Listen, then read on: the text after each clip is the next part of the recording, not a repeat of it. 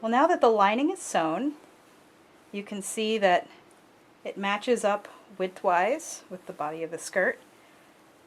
And then when you stretch the top and stretch the elastic, it matches up there as well.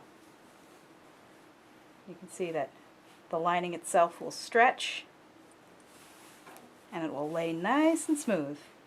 Now, obviously you can see here that this is the lovely right side, but that's not the side that's going to be showing when you actually sew this thing in. So what you're going to want to do is flip it to the wrong side, because then when you actually slip it inside the skirt, the wrong side of your lining will be facing the wrong side of the skirt, and then the right side will be facing out.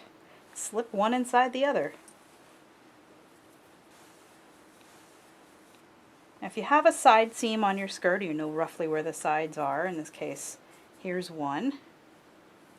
I'll just hold it there and then go to the other side and just kind of shake it out.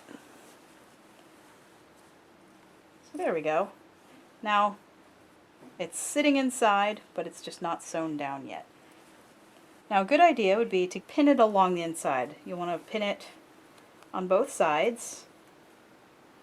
So as you can see, this is with it stretched, so you want to stretch it out, pin it along the side seam of both the skirt and the lining, and then maybe just a couple here and there throughout. And you know, as you're sewing this down, you'll want to check it a few times and just make sure that you're getting the width right and you're not going to end up with it bunched up on one side or anything like that. If you do it by hand, I'd recommend you hold your thread doubled. So you take a double length and tie a knot at the other end, so that you basically have one really long piece of doubled thread. So I'm going to start at one side seam. So I'm starting from the back so that the tail of this thread will be hanging down on the inside and you won't see it. I'm going to use a whip stitch. So this stitch basically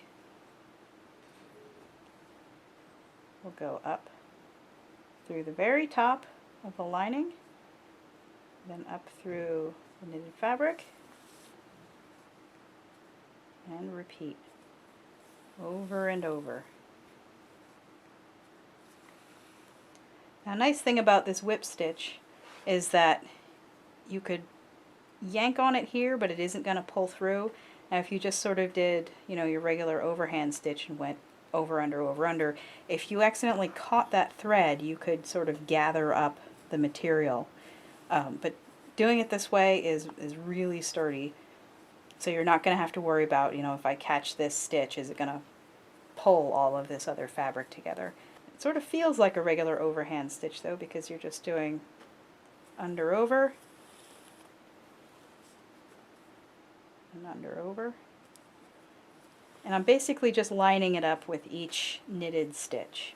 So each time I see one of these little purl bumps here, I'm just going to go right through there. And this will also allow it to stretch with the knitted fabric too, because it's sort of an elongated stitch. If all this material was translucent, what it would look like was just a zigzag. So it's very similar to a zigzag stitch in that way, because from here, your stitch is going that way, then it's coming up through here and going down that way. So basically you've got all of that sort of bias stretch in the stitch itself. If you're worried that regular sewing thread won't hold, especially if you have a heavier lining, you can always use upholstery thread or denim thread. And denim thread is really nice because it's just the same stuff that you use to actually make jeans. So it's that same, you can get it in yellow or, you know, the white that you see on the seams of jeans. And it's really, really strong stuff, and you won't have to worry about it breaking on you.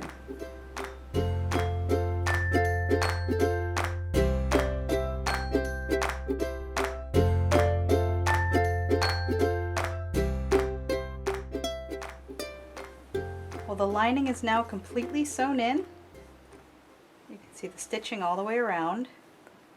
It stretches with the body of the skirt, and so does the lining fabric. And if you look on the other end, see there's nice smooth lining on the inside of the skirt. So you won't have to worry about it getting caught or being able to see through it. So that is a finished lined skirt.